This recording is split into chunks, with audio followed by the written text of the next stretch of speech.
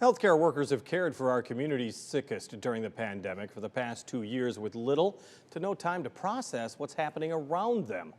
And tonight, News 8's Maggie Wedlake reports from inside Genesis West Medical Center on the tension those nurses feel and their message to the community as they continue to battle the virus on the front lines. It's new tonight on News 8 at 10. Hello. Hello. How you doing? Making her lunchtime rounds. I have 3 pills for you.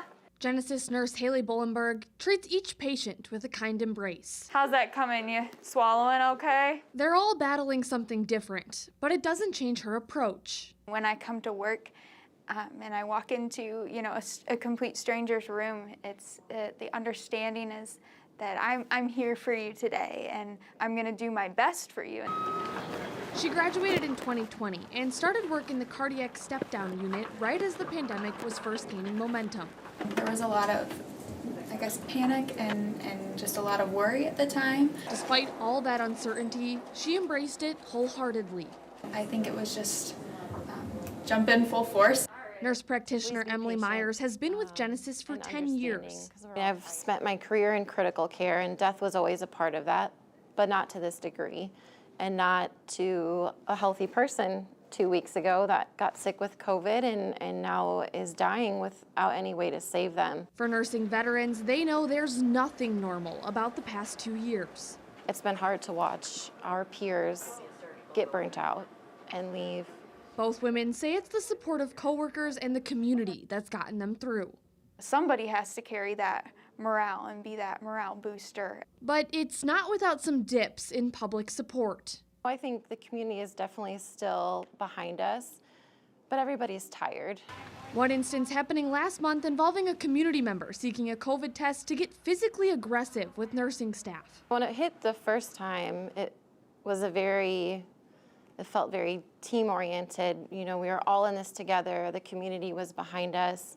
We were all fresh and ready to take it on, and we got through it and did the best we could.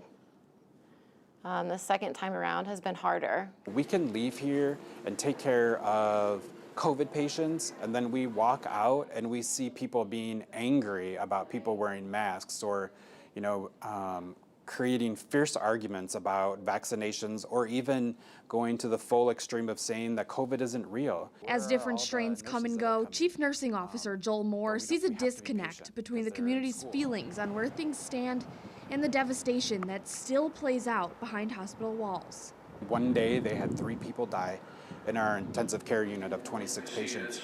That's more than the number of patients we have die usually in a month. We still haven't had that moment where we can stop and acknowledge what has happened. First, it was easier to kind of tuck it in and not address it, but it definitely accumulates to the point, hopefully not a breaking point, but it adds up. For Myers, the current low case count makes all the difference. I think we're all still a little pessimistic that it could turn back quickly at any time with a new variant or strain, but I personally am just taking it one day, 1 week at a time. These healthcare workers giving it their all.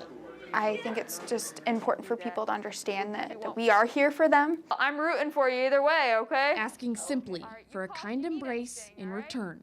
Their support is needed and is appreciated. In Davenport, Maggie Wedlake, WQAD News 8.